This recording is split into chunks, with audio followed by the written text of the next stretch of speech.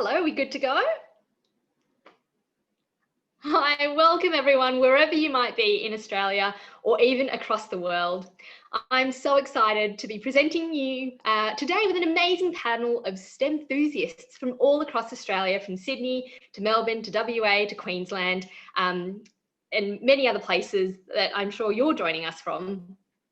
But it's going to be a great hour of STEM talk, all about design thinking and design thinking. So STEM, we throw this word around. It does stand for science, maths, engineering and technology, and it does play a really integral part in our everyday lives. And today we are going to be talking all things curiosity, creativity and communication, specifically around STEM. We're going to hear about the exciting lives of those in a STEM career, and we're going to figure out a problem or two together around mastering solutions-oriented design or design thinking. If you are watching or you're listening in and you have questions, please do not hesitate to write them in the chat and we'll have some time at the end to answer those questions. My name is Isla Nakano and I have the absolute privilege today of moderating this panel. I currently host the National Kids Science Show, Scope, and Totally Wild on Network 10. I have a background in medical sciences and science communication and have travelled around Australia presenting science shows and innovation workshops with Questacon, the National Science and Technology Centre, before finding my way to TV and science communication that way. I am joined by some truly talented people, as I keep saying, so without further ado, I'd love to introduce our guests. First off, we have Ben Newsom. He's the founder of Physics Education, which is an outreach program travelling to schools virtually and physically, presenting exciting science shows and makes STEM engaging for all students and teachers. Ben's also a teacher himself and has won numerous awards and accolades for his services to science education through the 2 million plus kids he's reached. So thank you so much for being with us today, Ben. Next up, we have Samantha Nixon, who is a PhD student at the University of Queensland. She spends her day working with spiders and seeing how she can use their venom against blood-sucking worms. Oh, wonderful. I really look forward to hearing more about that. Because she is another award-winning STEM superstar, presenting loads of topics on radio and TV, among other media outlets. And she's also a National Geographic Women of Impact Ambassador. Thanks, Samantha. Next up, we have Jordan Kutzkos, who's another PhD student, but in a world vastly different to spiders. He has an equally exciting topic of study, which is aerospace engineering, which is something he's really passionate about. Jordan's always had a curiosity in the world around him and is now currently part of his university's racing team, where he designs, builds and races Formula One style race cars with other unis across the world. Thanks, Jordan. Next up, we have Jody Crothers, who is a maths teacher in WA that we all wished we had. Maybe you are lucky enough to have one. He's passionate, enthusiastic, and has been teaching for over 30 years, and he's also a Texas Instrument instructor, which means he really knows his stuff. And last but not least, we are lucky enough to have Carly Nichols, who's another Texas Instrument instructor. She teaches maths and coding on the Gold Coast and loves making maths visual, fun, and really values having positive relationships with her students and colleagues, which can only really be done through positive communication, which is something that we're going to delve into quite a bit over the next hour. So let's launch straight into some questions. And I might throw the first question to Ben. Ben, curiosity and creativity are super important in education and in STEM, but creativity I don't feel is always necessarily associated very strongly with STEM. It's usually, people think of it as a very artistic thing. But for scientists and STEM enthusiasts like us, I think it's super important. But what does creativity in science and STEM mean to you? Yeah, thanks, Isla. Look, honestly, creativity is a thing that happens for everyone. I mean, I think students, teachers, and anyone involved in anything are naturally creative. You're curious about things that are happening in this world. So when it comes to STEM, I mean, it's problem solving, right? It's working out what science, what technology, what engineering or maths could we use to solve a problem. So the problem solving process involves what do I know and what can I find out and how can I put those ideas together to solve the problem. So honestly, I think creativity is like the heart of what STEM is actually about. So I'm really I love seeing what teachers get up to. I love to see what students get up to, and this would be really cool to see what happens through this time. Fantastic. I saw lots of nodding throughout the panel. It's great that we're all on the same page. Creativity is, as you said, Ben, it is at the heart of everything we do, and it does make us wonderful problem solvers. Now, Sam, just before you were saying, actually, Samantha, I'm going to throw this next question to you, that you used to hate spiders and now you're obviously handling them, you've got them on your desk.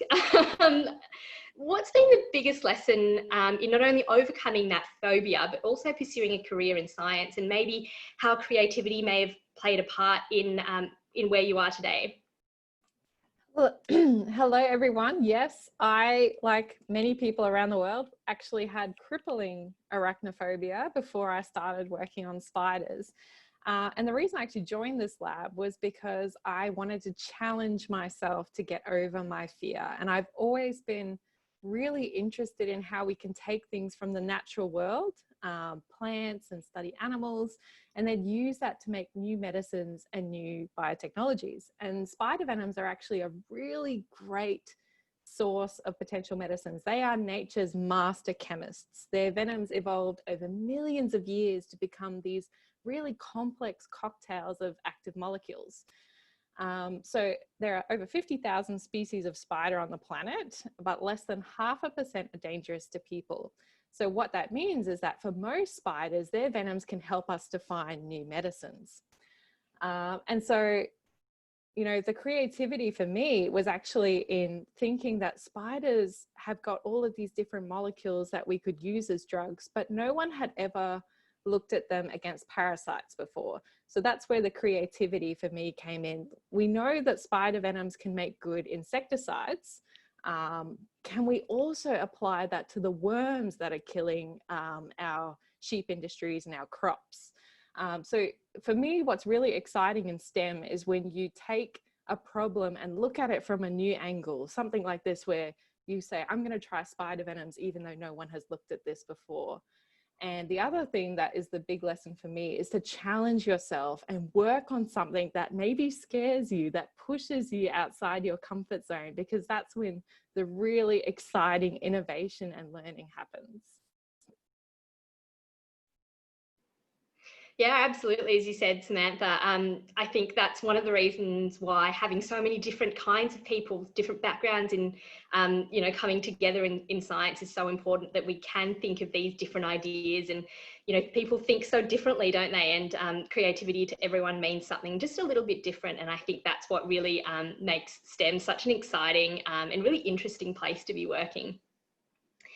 I'm going to switch to Carly now. Who, as a reminder, she is a maths and coding teacher. You love coding, Carly, obviously. I have just started learning myself with some snazzy equipment sent to me by Texas Instruments, which is fantastic. Now, it's something that I've, as I said, only just started learning. You teach kids. What do you love about it? And what do your students that you teach love about coding? I think the main thing is the logical thinking, and being able to strip something right back to its core elements, and going, well, this will only work if I tell it how to work. So actually thinking about, like, when we walk, where we put one foot in front of the other, we've got to code that and do the right steps to make that robot or rover work like that. So I really like the logical thinking in it, and that can then be applied to everyday life and other subjects. I love that it's so versatile. We can cater it to any kind of creative topics, and it appeals to all of the students, I think. Thanks, Carly. Jody, you're a fellow coding teacher. What do you recommend to your students who think that, this is a bit of a nudge for me as well, as potentially a student of coding, definitely a student of coding. Do you have any recommendations who think that, for people who think that because they don't really know how to code yet, that it might not be for them? How would you encourage someone to get into coding, or kind of overcome that thing that people think? I certainly thought coding, wow, that's really hard, that sounds really difficult. Do you have any words of encouragement or advice for us? With something simple that you can make control, having a problem, having an idea.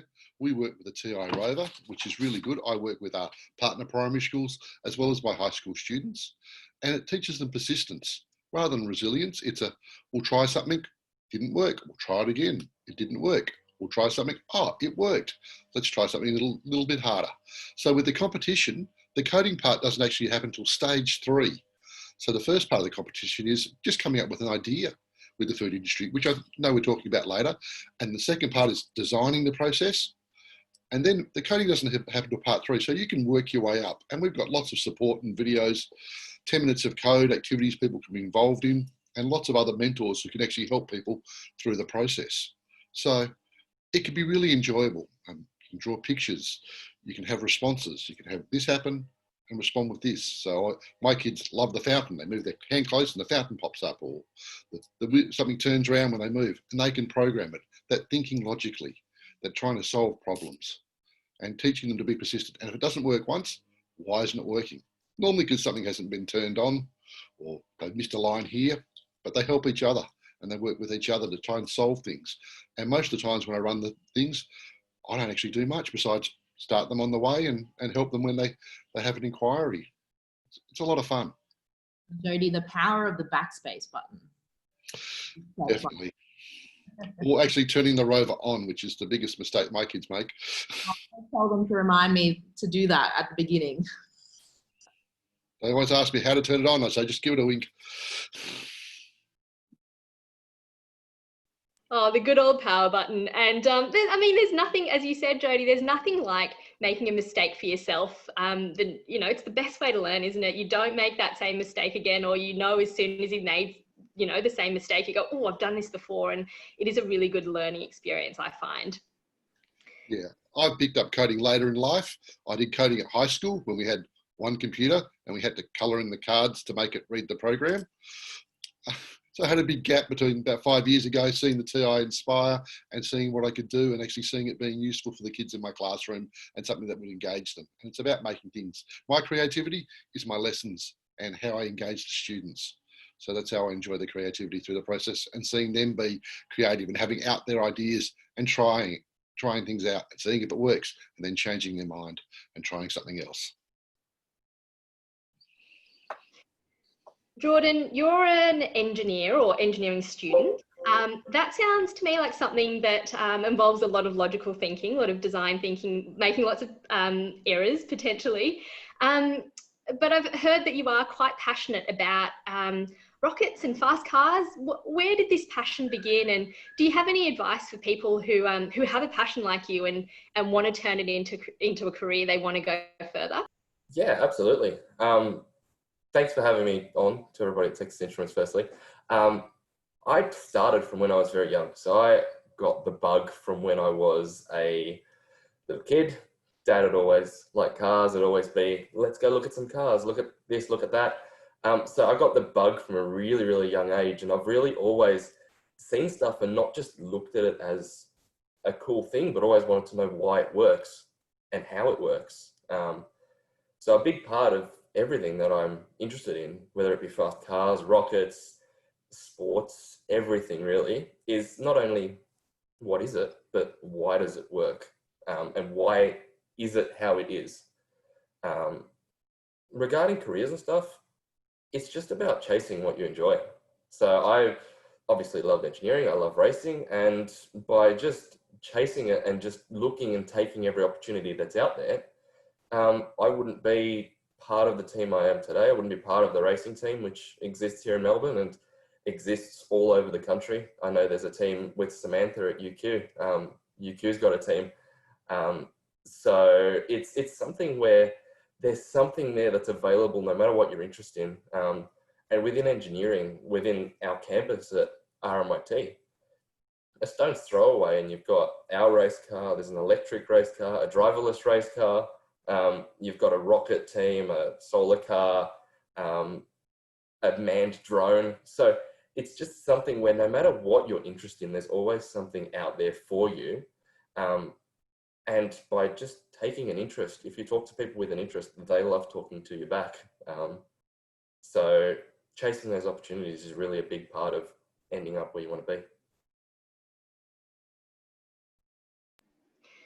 That's really cool. I love that idea that, yeah, it is a lot about kind of chasing what you really love doing, chasing your passions. And I guess we're all really lucky to be here as, you know, to have really chased what we love doing and be able to try and pass it on to other people as well. Ben, I'd like to ask you as well a bit about your background. You seem like a very curious and a very creative person. Can you tell us a bit about your background and any advice for students or teachers who might want to tap into that creative side, specifically with more science and STEM subjects? Sure. I've got a very unusual background, as do every panelist does, and everyone when you delve right in. But I used to be a teacher. I used to love teaching kids face to face as best I could. One of the things I wanted to do though was try and get out to the general public, try and help people understand science no matter where they are, not just in formal settings.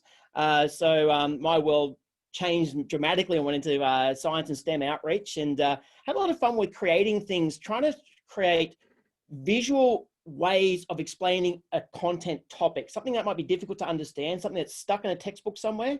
How can we make it engaging, interactive, fun, invigorating even? That was sort of where I was really curious about. And so you sort of asked about the creativity side.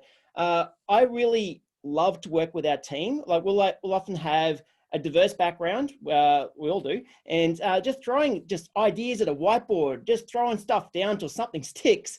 That tends to be a really great way to start the creative process. And it doesn't really matter if we throw stuff up that's honestly not going to work for a little bit. Just getting it up there on the board starts the creative juices flowing. And as you start to whittle away to the final, that's the thing we've got to do. So that idea may not have come up if we didn't throw some ideas on the board in the first place. So working with our team is definitely a creative side, and working with people's backgrounds and just giving on a bit of a go to communicate and see where it might lead us. Absolutely. I think teamwork is something that is a hugely important part of STEM, and we will talk a little bit more about communication a little bit later. But before we go into that, I'd love to just ask Carly very quickly, what do you see kind of the value of students working together, maybe to solve a problem or to have a common goal? How is that different to students who might work individually? Yeah, I think there's a more variety of solutions, I guess. The old saying, 2 heads is better than 1. I think you're able to open up student thinking as well, and then they can dive deeper into their creative kind of flow. I think it encourages a growth mindset as well, if they're just doing their own answers and that's all they get. Whereas if they have numerous other students from different backgrounds, different experiences, then you can grow on that and you take that through your journey of life, basically, and you can draw on that later. And just the ability to work in a team, I think there's more jobs now in teams and you've got to be a team player.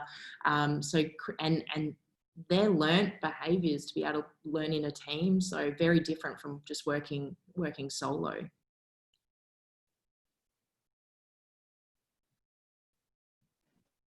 Sorry. Yeah, thank you, Carly. Absolutely. That value of working with other people does come in really, really handy as you go through. I mean, there's no job that is purely individual. I mean, every single job has some sort of working with other people, talking with other people involved. And I think, STEM is one of those really awesome areas where you do get to work together in a team, and, you're allowed to come up with crazy ideas, like Ben has said, that you might not even use, and that's totally okay. And that's personally one of the things I love about STEM. We'll kind of move a bit backwards actually and talk a little bit more about that problem solving aspect that we mentioned a bit earlier. Maths is about solving problems, science is, engineering, technology, all of these aspects of STEM is really about solving problems and doing it creatively. And design thinking is a design methodology that does provide a a solution-based approach. And a lot of companies, you may have heard of ones like Google, Apple and Samsung, all of these major companies use it to improve their products. To me, design thinking is distilled into kind of 5 main steps, or 5 or 6 main steps. Finding a need or an audience, a user of your product, defining or researching, thinking about that product or your improved process, making a prototype, testing it or trying it out and refining it. Think, make, try, refine, all around your user. To me, that's the way that I see design thinking. And it's great, encouraging nods. But I'd like to kind of open this up to the panel. I might start with Carly again. But as a teacher, how do you kind of encourage this design thinking? Well, firstly, do you think it's important, this design thinking methodology, and how do you encourage it in your teaching? Yeah, definitely important. I think, again, in my bio, based on relationships, I think if kids are comfortable in your classroom, then they're more open to asking questions and putting things out on the table. If they don't kind of have that, then it's going to be a struggle to get those ideas out from them. Just allowing, as a teacher, I know we're very time poor and we're curriculum, but we have to allow some thinking time, some time where they're still children, they're still young, they need some time to think. So just allowing some time for that, and being able to still put your curriculum in a smart kind of way. But a big thing for me is just allowing those discussions and sharing of experiences and time. But again, as a teacher, asking some leading questions, but not telling them the answers, but leading them there, a help along the way, depending on their age group. Yeah, that's what I think.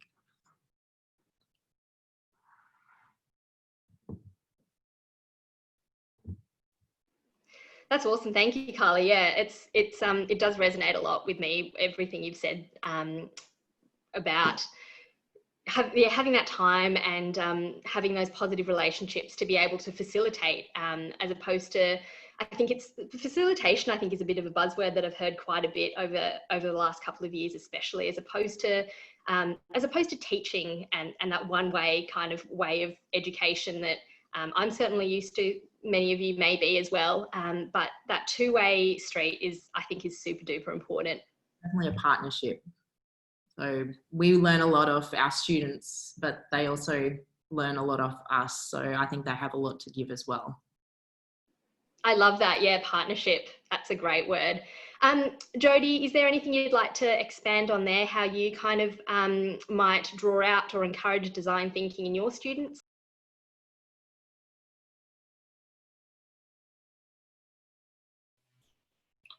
A lot of kids have a lot of social justice thinking and being concerned about the world. And we talk to them about the world's full of problems. We've got a pandemic and we've got climate change and a whole variety of things. And they're the ones who are going to have to start working through some of the solutions to solve these things. They're going to have to think up the crazy out there solutions and answers to problems that we're growing, and solving the same question that everyone else has solved, not much point. So they need to be encouraged to think and look at what's the problem for them. So with the TI Codes contest, we're looking at the food industry and food processes. So my kids are actually spent a bit of time researching and looking at, well, what are the problems? Is it the handling? Is it the production? WA, we're looking for thousands of people to pick fruit. So some of my people think, oh, maybe that's the way we need to look at. Some people looking at how do we get food to people carefully and sustainably, and how do we do it without contamination?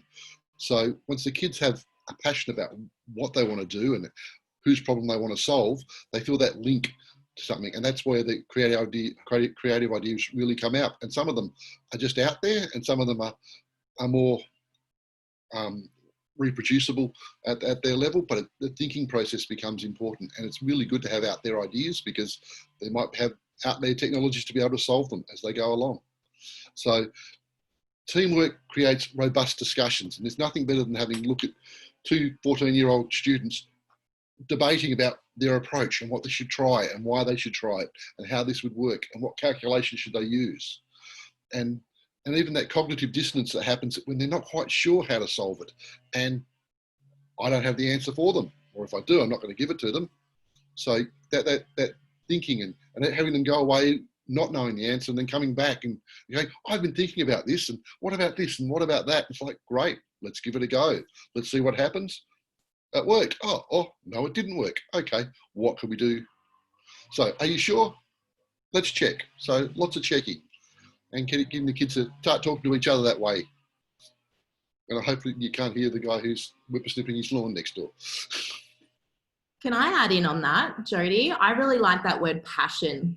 And if the kids are passionate about it, then they will really get involved. But I think that's the same for teachers as well. If we're passionate about it, that comes across in our teaching and then it really reflects on the students. So if we're willing to make mistakes ourselves and our students see us make mistakes, they're more like, oh, they are actually a human, and it's okay to make mistakes. So I think it's be passionate about what you're doing. And again, as an adult, don't be afraid to make mistakes as well.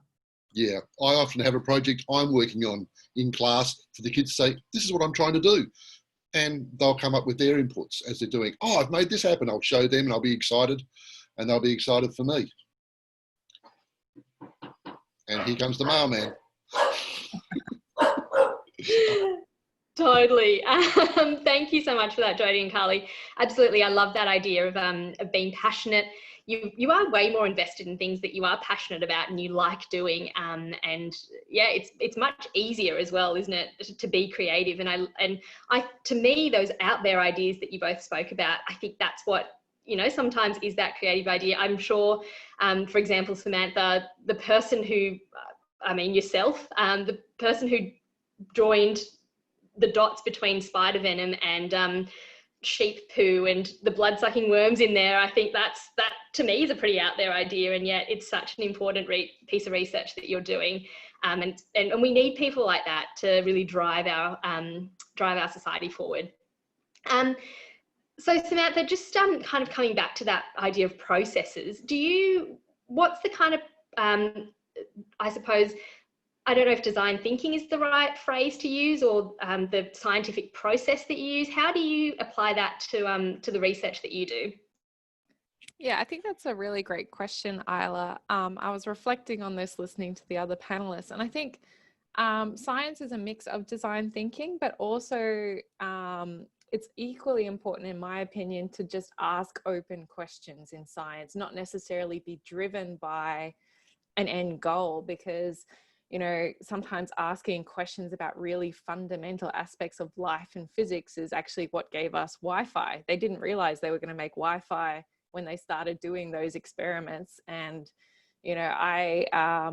some of our research has been looking into how spider venoms work. And through that, we were able to identify why people with irritable bowel syndrome experience pain that can't be treated, because we were studying how those spider venoms worked, and that revealed a whole new pain signaling pathway that no one had known about before. But on the other hand, I personally do use design thinking quite a bit because I'm in the drug development space, so I make new medicines. And I think it's always really critical, if you're making a medicine, to think about who's going to use this and what is their need. It's not just about the disease that you're treating. You have to think about, so when I work with Australian farmers, for example, they've got 70 million sheep to try to look after, okay? So your medicine needs to be cheap so that the farmers can afford it. It needs to be able to sit in a shed and not break down when the 40-degree sun hits it. That's a very different problem to if I'm trying to make a medicine for cancer. So you always have to think about, when you're working in medicine, how can you make it as effective for the patient and the doctors as possible? And then you feed that back into the research process. So, I might find a molecule that kills the parasite, but if it costs $150 to make, then it's no good, and I have to go back to the drawing board. So I'm always thinking about the user, and like other people have said, checking, testing, asking what's the next step. I love that, this idea of thinking about your user and not kind of going gung-ho on kind of what you want to do, which sometimes can just be, you know, really focusing on the disease or the medicine or whatever it is that you're looking at. But yeah, really bringing it back to who is it actually for and will it actually benefit them? I feel like that's something that you might consider a lot as well, Jordan, in your capacity as a you know, being part of the racing team or even in your engineering studies. Can you kind of talk on that a little bit about the design process, thinking about users and audience? Oh yeah, absolutely. Design is a huge part of the engineering process. Everything that Jody and Carly and Samantha have been talking about, making mistakes, really considering who your user is, what you're doing things for, and who you're doing them for. To give you context, within our team, we celebrate our success and our less successful moments just as much, because you learn from your mistakes. In our trophy cabinet, we've got a shelf for all the bits that broke that we learned from. So there's a big emphasis on that. Because we're a student team, we always learn from our mistakes, learn from what broke, why did it break, and then go and improve, go and refine. And yeah, a big part, like Samantha was talking about, was your user. There's no point making something that's going to be extremely expensive, extremely hard to use, impractical. It's really, there is no point for it, because once it actually goes out into the real world, it doesn't get used and it doesn't get utilized. So that's a really, really huge part of the engineering process, as well as the scientific process. Try and overcome that. A lot of prototyping is done. So we use a lot of 3D printing. I'm sure that that's utilized across the panel as a really cheap way to test things. 3D print something, it's done in a day, it doesn't cost a lot of money, and then you test it and you figure out, do I have any major problems and can I fix them? And they're all really important skills when you go forward into real life, essentially.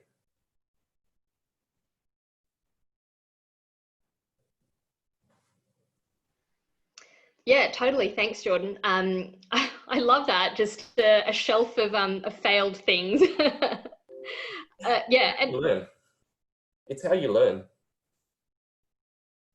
Absolutely, you are completely right. You do learn from things that you really mucked up, and what others. Sorry to interrupt you, Isla. I was going to say I love that idea, and I think I'm going to adopt it. And one thing I just wanted to say is, working in drug development, 99.9% of molecules will fail, and that is industry standard. We expect that. So, you know, when sometimes, you know, a couple of students have reached out to me saying they're a little bit scared of failing in this TI codes challenge. I fail at my job every single day, and I just have to keep going until I get that 0.1% success to find the molecule that's actually going to make the difference. And it's totally standard for us to go through 5,000, 6,000, 25,000 molecules to find the one that actually becomes a drug. I'm sure it's the same with everybody on the panel. I've got a whiteboard in my office here, and the amount of times I have to scrub it out to get the one piece of information that is useful, the amount of times it gets filled up and wiped out and filled up and wiped out, just to get to that really, really successful end product. Yeah, thank you so much for sharing. It sounds like we do have a really common, in different areas of STEM, we have this common idea of failing hard and being really proud of it, because often in science, things that, and STEM, things that don't work is just as important as things that do work, right? I was just reflecting on my own fails, and I remember a little while ago, I was asked to do like a science show for a nursing home, so, you know, old people. And I just thought, oh, you know what, like I wrote this funny little spoof show sketch thing that's it's like a baby shark melody to it, and I was like, oh, you know, old people are going to love this. And they had no idea what I was talking about, because I'd written it for like a group of primary school students. But, you know, these are the things we learn, and it's interesting that across all of these different areas that we have this thing in common. Ben, you're also a science communicator. Do you have any fun fails you'd like to share with us as well? Yeah, a multitude, just thinking about it. Look, I actually like that, Isla, because the reality is that unless you connect with the audience, it's not going to work for you in any way. I'll have to come back to you and think about that on the spot right now, the things that we've had mess up, of which there have been many. But I suppose for now, when we're in front of an audience and try and connect with a thing, can the person use it? Can they see it? Can they hold it with their own strength? Can they not? In terms of coding, do they have the literacy and numeracy level to get there in the first place? So all those sort of things really do matter. And so, I mean, from a communication point of view, it is iterative. It is we put it out to the world. Did it work? Did it not? I mean, we just went through, so it's 2020 right now. So National Science Week's theme was the Deep Blue Oceans theme. It was all about the deep blue sea. And so we had to create, some shows for the general public. Some worked incredibly well for certain age groups, but some, it really needed a total step up with the library. We had a person present, and nothing like relying on light when the venue actually couldn't darken the room. And so the communications behind the scenes were like, I'm pretty sure we told them, and no, I didn't. And we found out that the behind the scenes communication process, not the actual show, but the actual setting up the fact, was flawed in some ways. So we patched that hole, and we just expect it. We actually like the idea that we know something will go wrong, we're okay with it, and we move on with that. But it's definitely the case. I don't think there's a single person in communication, science, or any other ways that hasn't had a failure. And students, it's all part of it. I did have a spider run up my shirt sleeve while on live TV, and had to keep my cool while I had a spider running around under my shirt. And I knew in that moment that I had to stay calm, because if I lost it, everyone else in the studio was going to panic. And my whole goal while I was on that show was to say that spiders are the creepy crawlies who help us. You don't need to be afraid. So, but that was a test of how well I'd overcome my arachnophobia on live national television. That's fantastic, Samantha. Oh my goodness, that would have been yeah, well done for keeping you cool. That's amazing. So while we're kind of on the topic of communication, Samantha, I might ask you first. You've done a lot of gigs on radio and television, and done lots of things on the media so you're obviously quite passionate about communication, but do you think communication is important in your role as a research scientist, and how does that kind of play into what you do? Communication is actually one of the most essential skills in science. And I actually talk to people who work in the US and who work across, industry and academia. And one of the number one skills that they say they need is communication. And just to give you an example of why, my snapshot of today is that I've had a meeting with business people who are looking to commercialize one of our discoveries. I have talked to doctors. I have talked to scientists in different disciplines. And if I wasn't able to communicate effectively with all of those different people, get my research across, understand what they want from me, then we wouldn't be able to actually develop medicines. Developing medicines and doing science is a huge international, interdisciplinary effort. And so if you can't actually convey what you've achieved, then it will never make it out of the lab and out into the real world. And that's what we want. We want to actually help people with our discoveries. And the other thing for me is I actually just love science, and I love getting to share how amazing science is. And I think that's really important to do with kids particularly, because I never imagined myself as a scientist. I fully intended to become a lawyer, and I noticed someone in the chat said, what's your advice for people who think they're not good at maths? I didn't think I was good at maths, so I thought there's no way that I could potentially become a scientist. And it turns out that there's so much more to science than just struggling with, I had a lot of trouble with calculus and I wrote myself off because of that.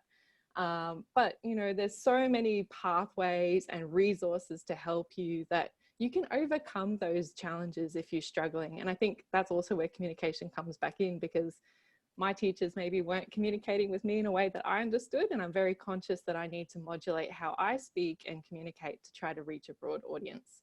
And off on a bit of a tangent there, but The advice I would give to people who think maths is difficult is, reach out for help.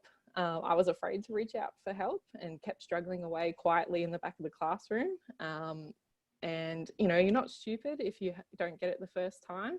Some of the greatest scientists in my lab, they whip out their calculator all the time. You don't have to be able to do it in your head.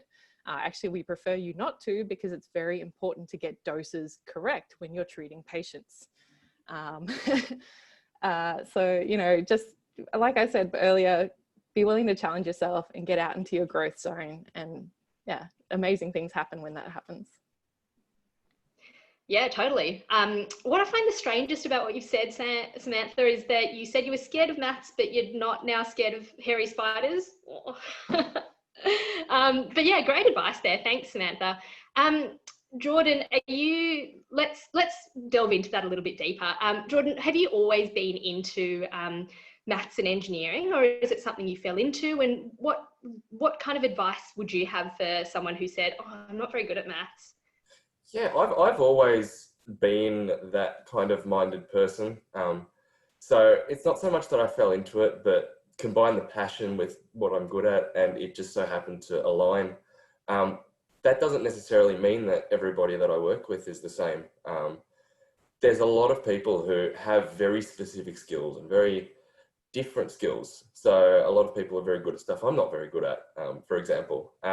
And you need all different kinds of skills and all different kinds of minds to bring together a team, whether it be an engineering team, a scientific team, a teaching team, whatever it is. You need your communicators, you need your hands-on kind of mathematicians, and you need your thinkers and your creative people.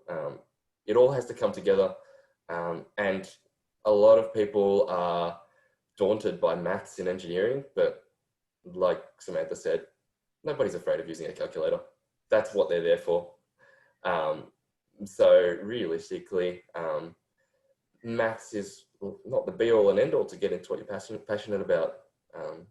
It's about finding what you're good at and really leveraging those skills to use them to really progress in engineering, in science, in whatever it may be. If I could add to that too, we have a saying at work, you're not a human Swiss Army knife. You don't have the next thing to come out and the next thing to come out.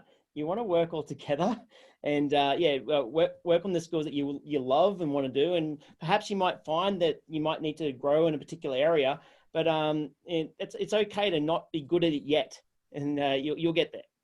That's the whole point of learning. That's the point of school. That's the point of going through university. It's to teach you. I've always found that every team you work in, whether it be part of a group project or an engineering team or whatever, bring the right people together with the right mindset, and the team is always bigger than the sum of its parts. Yeah. Everybody adds to each other's skills, and I learn from other people in the team, they learn from me, and so on and so forth, and you bring everyone up together. Yeah, if I could just add to that, maths is more than numbers. Maths is about patterns and seeing those patterns. And I think for a lot of the kids, they get tied up in the simple number skills and that little bit of numerical fluency when it comes down to times tables and things like that. And maths is so much more than that. And the technology we bring helps us to see the patterns and see what's happening. And that's where things like chaos theory and other things like that come into play. So we need to be thinking about, it's the patterns we see all around us, from the tessellating tiles in our bathroom to, how many kilometres I've got used in the fuel tank and how far am I going? So the kids need to be invested in their world around them. The maths surrounds them, and it's not full of numbers, it's full of patterns. So it's really important for them to see that. And from there, the numbers can come if that's what's necessary. But they need that passion to be able to think, see something and try and wonder why. I think it's a lot to do with mindset too. If, I've sat in a few parent-teacher interviews and parents have gone, oh, well, I was never good at maths. And you're like, there we go.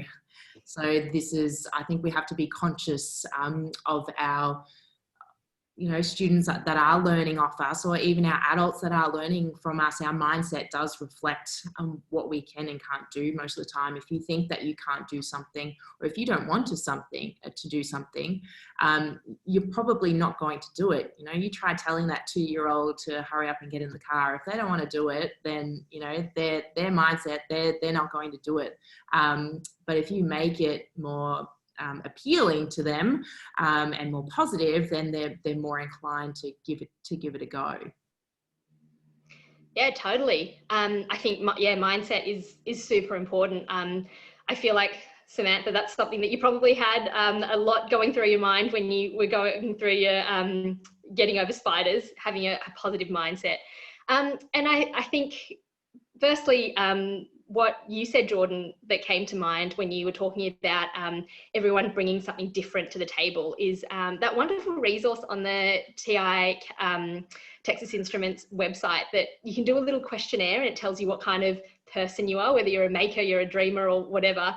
I think that was really fun for me to do. And there's a place for everyone in STEM. A lot of people often ask things like, I'm not that good at science. And personally, I don't think, it might be controversial, but you don't have to be good at science. You don't have to be the best, because, as you said, Jordan, there are scientists out there who will do that, for you, so long as you can be interested. I'm not the best coder, and I don't think I ever will be the best coder, and that's kind of okay. I'm interested in it. I want to learn. I acknowledge that there are people way better than I am. But having that interest and that passion, I think, as we all kind of spoke about, is super duper important. Before we are getting kind of close to wrap up, but Ben, I might throw this question your way. You do communicate science. I mean, we've highlighted that everyone communicates as part of their job, but I guess science communicator, that's mostly in your title, Ben. You have a podcast, you run events in schools, birthday parties online, you do the whole shebang. Do you have any advice for students around communicating? I know public speaking, things like that can be quite daunting for all of us. What's your advice to students and adults, teachers who around communicating, perhaps finding their voice for their favourite STEM subject or favourite any subject?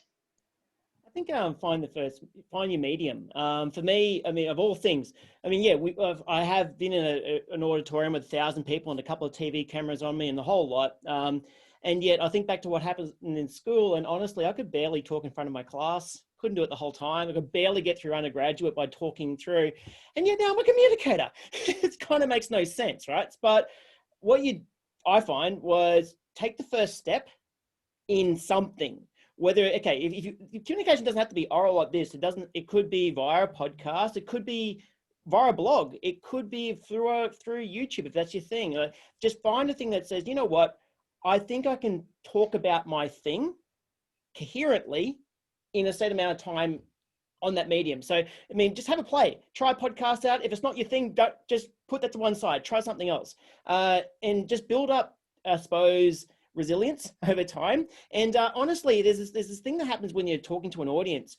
They're not that bad at people. They really aren't. They're not really going to have a go at you. They're not going to do this thing at you that you might in your mind think is going to happen. So just take the time, practice. If you have to practice in front of a mirror, do so. Just take those first steps. If you don't take those first steps though, you'll be forever wondering, could I? So take a step. Totally, yeah. Thanks, Ben. Agree with that completely. It is the easiest thing is we keep coming back to the same theme of passion, don't we? Talking about something that you are invested in, you really like, makes everything so much easier. Which is, yeah, I mean, we all knew that. We've been talking about it for the last hour. So for anyone listening, please keep those questions coming. If you do have any, please don't be shy to pop them into the chat. But I think before we go, and while we wait for some questions to come through, this is a question for the whole panel actually. Is it ever too young are you ever too young to get into science? And like, what does that mean? Can we maybe do a quick whip around of the group and talk about maybe either our first experience with science or if you've got a quick anecdote about how, you know, how like science when you're as a young person, what that means and how we can encourage more of that in younger people. Does anyone want to go first off? Ben, off you go. Let's jump on in for now. We're born scientists. We totally are. We explore the world. I mean, there was this thing that I only went through Facebook recently. It's been shared around the place where there's this baby. A baby is a scientist because they test the thing, they taste the thing, they decide whether they like it or not, et cetera, et cetera. So I would argue that as long as it's done safely and potentially with supervision, depending on what you're doing, but honestly, I mean, preschoolers, early learners are fantastic scientists.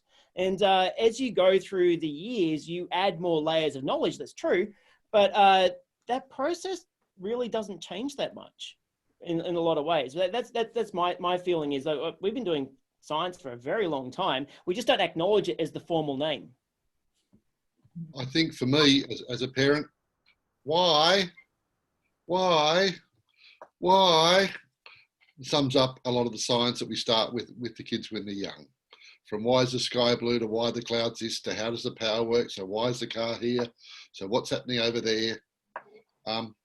We have the opportunity to answer some questions, and if we don't know, let's find out together.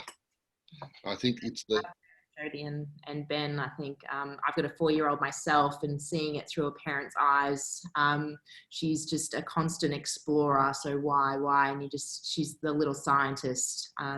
You know, she's just so inquisitive, and you have to encourage it. And if you don't know the answer, again, that's showing that you don't know everything, but you will find out.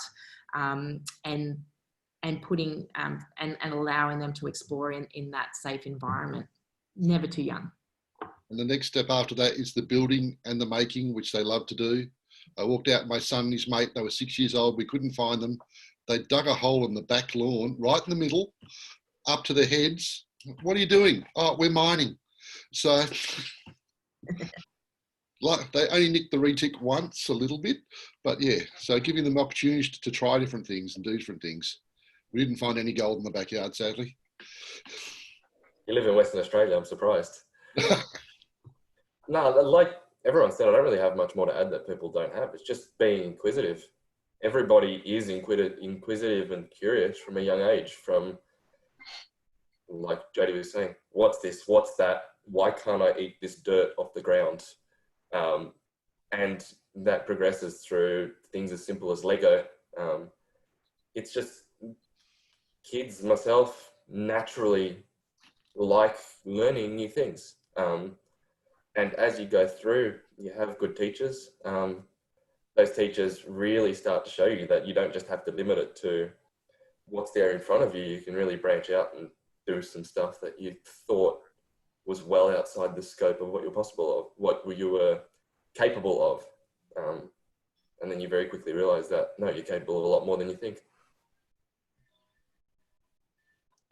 I was just going to say that I grew up devouring every David Attenborough documentary that I could possibly watch, going to the public library and renting out all of the marine biology textbooks that I could find within reach as a 5-year-old.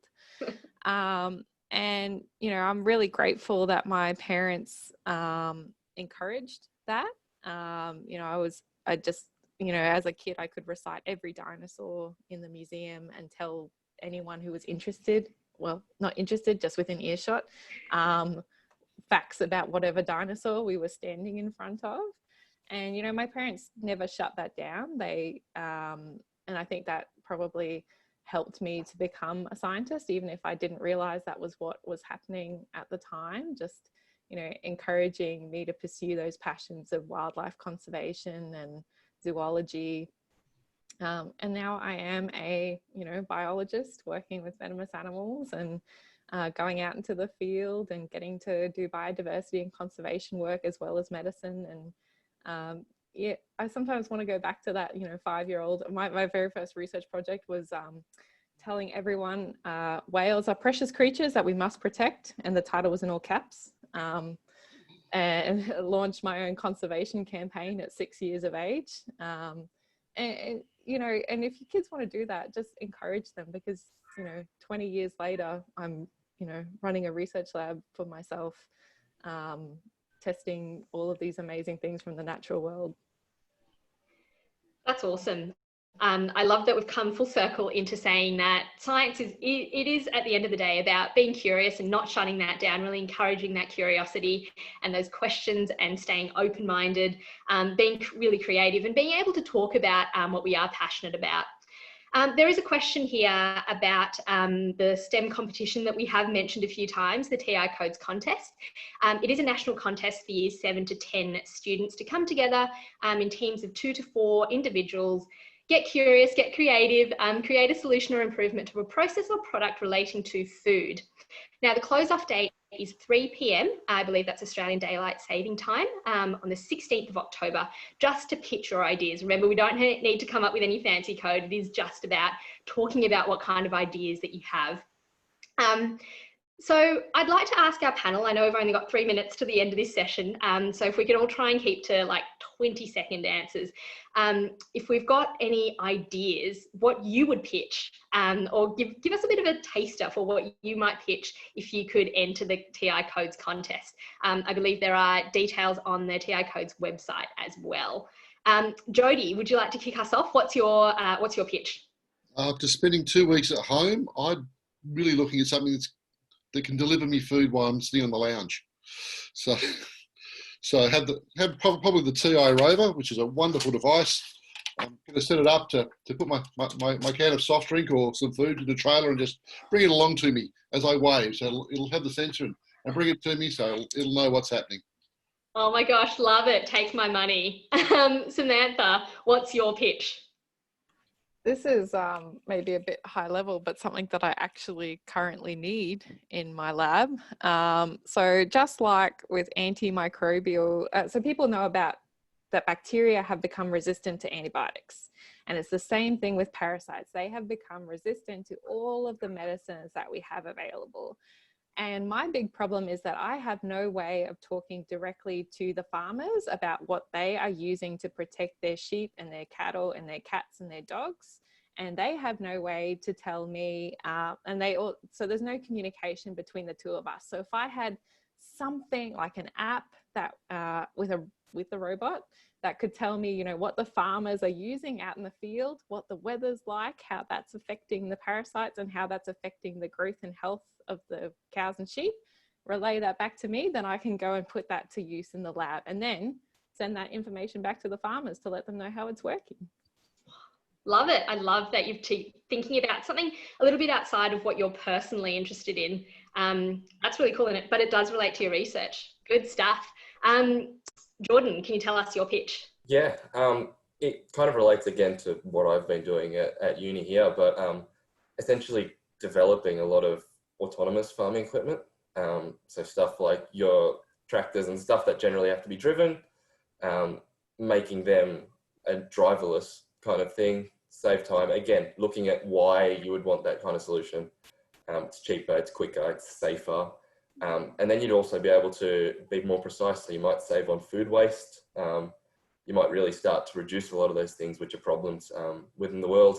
And a lot of that stuff also uses Texas Instruments products. So Texas Instruments in America does a lot of that autonomous transport products. So it's something which kind of comes full circle to what I'm doing as well. Totally love it, Jordan. Thanks for that one. Super quickly, Carly, what's your pitch? Mine's very simple, but I was cooking barbecue corn and I was nearly taking my fingers off because I like it. I like to cut it off to have it in my salad. So I'd really like a way to get it off the cob safely.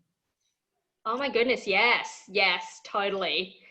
Last one, Ben, what's your pitch? Real quick, I think working off Jordan's autonomous tractors, some autonomous drones that can do some mapping for us to reduce food waste, work out what are the nutrient loads within my crops to actually sort of meet some of those UN Sustainable Development Goals. And if we're going to go on some fun, something with molecular gastronomy, which stuff in my house will do some cool stuff in my home if I knew how to do it. Make me an app for that, that'd be awesome.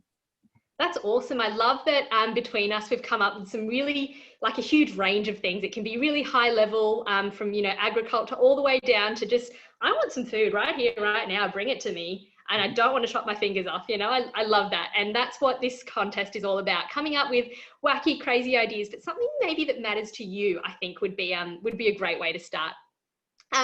So we are at the end of our webinar. Thank you so much for your ideas. In the chat, you'll find the link through to the TI Codes contest. And as a judge, I cannot wait to hear more of these wacko ideas. Thank you so much to our wonderful guests on behalf of Texas Instruments Australia. This has been brought to you by the TI Codes contest. Thanks for being a part of it. I feel like I've learned a lot, and I'm super inspired by all of you amazing humans. And I hope you too have found this super informative and a bit of school holiday fun if you are still lucky enough to be on school holidays. Don't forget to hit us up on the TI Codes contest. The socials, the handles are all in the chat box there. But thank you so much, everyone. Hope you all have a wonderful Wednesday afternoon. Thank you so much. Thanks, guys. Good luck with everyone who enters the contest. Bye.